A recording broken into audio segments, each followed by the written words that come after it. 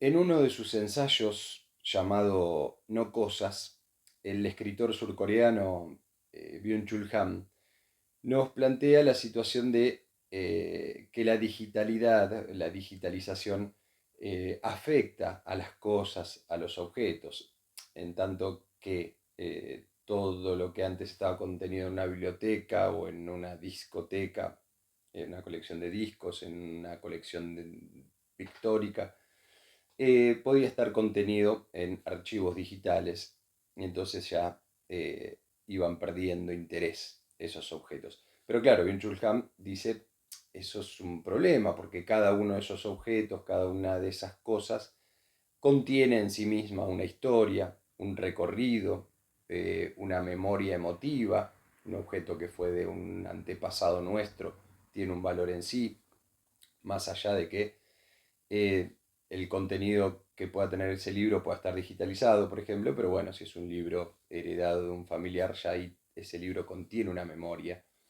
que es interesante que no se pierda. Eso es lo que nos plantea Byung-Chul Han a grandes rasgos en No Cosas. Eh, Mucho tiempo antes, o unas décadas antes al menos, Manuel Mujica Lainez escribió este libro, que es hermoso, lo termino de leer hace unos días, se llama El Escarabajo. Manuel Mujica Lainez es el autor. ¿Qué es el escarabajo? El escarabajo es una joya creada en el antiguo Egipto para la reina Nefertari, una de las reinas más importantes que hubo en aquella civilización.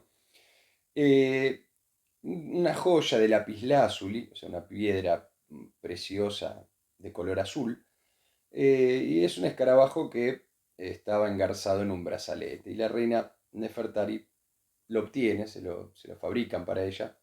Y entonces la gracia que hace Manuel Mujica Lainez en este libro es dotar de conciencia a ese escarabajo, de memoria y de capacidad de transmitir sus pensamientos y sus sentimientos. Entonces esa joya de lapislázuli, ese escarabajo de piedra, va pasando de mano en mano a lo largo de toda la historia, cosa que sirve también para hacer un recorrido histórico, porque aparece en primera instancia en el antiguo Egipto y ahí pasa a la antigua Grecia y de ahí a la antigua Roma, Edad Media, y así va pasando de mano en mano hasta llegar a la actualidad.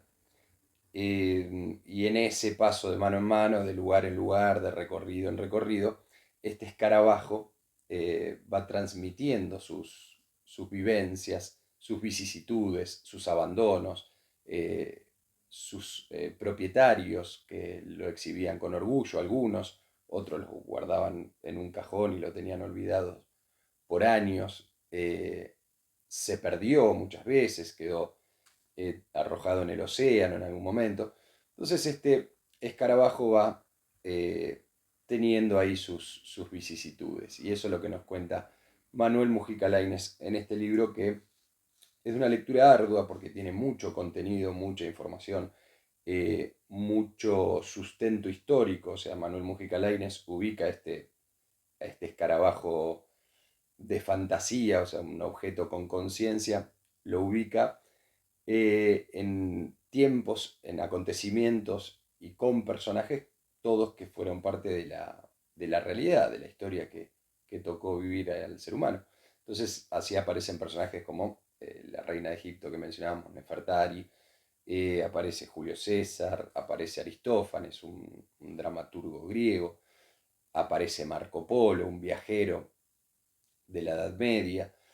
Van apareciendo así sucesivos personajes, algunos muy célebres, como estos que estamos mencionando, y otros ignotos, pero como toda vida humana, muy ricos en su contenido. Entonces este escarabajo iba pasando de poseedor en poseedor, de dueño en dueño, y iba contando sus vicisitudes. Em, lo maravilloso es que Manuel Mujica Lainez, a través del arte, a través de la literatura, expone esa importancia, ese valor que tienen las cosas, los objetos, cuando tienen un contenido, una historia, un, un recorrido hecho a lo largo de la humanidad que ya los dotan de un valor extra, tiene un valor extra. Pensaba también en este mismo libro, que yo lo compré usado y uno se puede poner a pensar en manos de quién podrá haber estado antes de que llegue a uno, cuántas manos lo habrán tenido, cuántas personas lo habrán leído, cuántas personas lo habrán empezado a leer y lo abandonaron, cuántas personas lo tuvieron tirados en algún rincón, cuántas personas lo tenían muy cuidado en su biblioteca.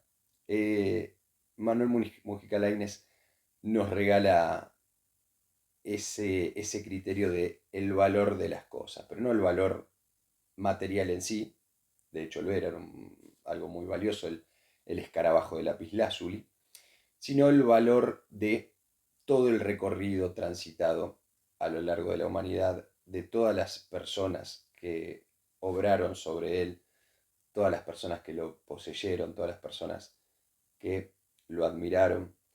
eh, y en ese recorrido se va armando este hermoso relato de cómo este escarabajo va contando su propia existencia a través de los lugares que le tocó transitar. Es una historia que no es fácil de leer, porque como decía es bastante ardua, bastante... El Mujica Lainez tiene un estilo, por lo menos en las dos obras que leí, Bomarzo es la otra, espectacular, altamente recomendable, igual que El Escarabajo. Un estilo muy barroco, podríamos decir, muy adornado, y lo cual es hermoso, hace una lectura muy, muy linda, pero bueno, hay que dedicarle tiempo y ganas, cosa que yo lo hice con mucho gusto y quisiera hacerlo extensivo a todos aquellos que no hayan leído y que se animen a leer El Escarabajo de Manuel Mujica Lainez.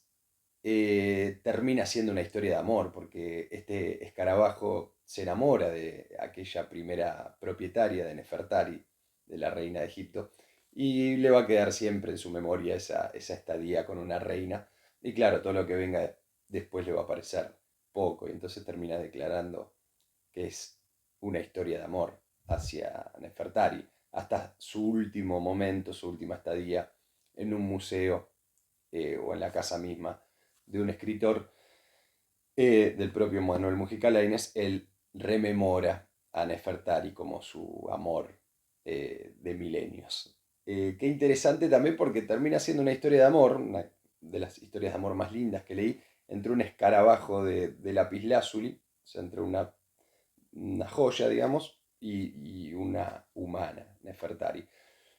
Cosa que me remite a otra historia de amor muy linda, de las que más me gusta también, que es el enamoramiento que tiene un fugitivo, un hombre, perdidamente enamorado de un holograma, que es lo que se ve en la invención de Morel. Entonces, esos amores extraños, fantásticos, terminan siendo altamente atractivos si uno quiere encarar una novela de amor sin caer en lo trillado y en lo tantas veces visto en los melodramas y demás.